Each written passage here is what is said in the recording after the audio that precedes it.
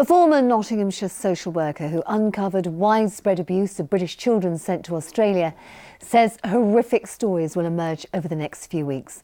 Margaret Humphreys will give evidence about the child migration scheme to the independent inquiry into child sexual abuse. Well, our social affairs correspondent Jeremy Ball is here with us. Jeremy, good evening to you.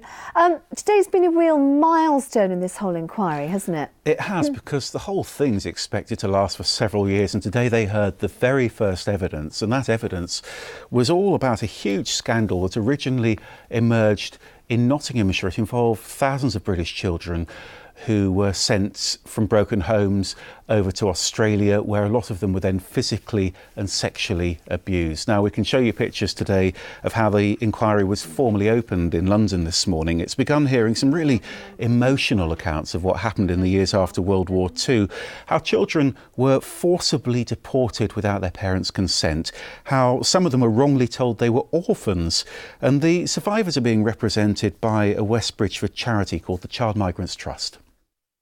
Some left here when they were 4 or 5 years of age, and I think over the next few weeks we are going to hear the most horrific stories of their times in these residential institutions overseas. We're going to hear their voices for the first time, and I would just say, let's pause, let's just listen.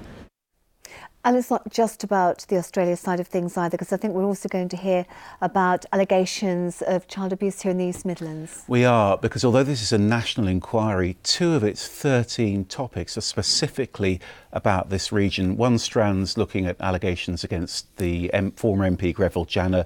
That's likely to hear from several men who claim that he abused them while they were growing up around Leicester.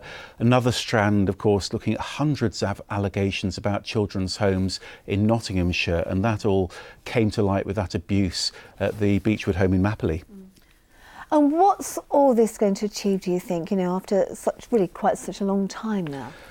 Put very simply, they're looking for institutional failings, they're looking at whether there were any cover-ups, and the reason that's so important is because they want to learn lessons so that none of this happens again. Indeed. Jeremy, thanks very much.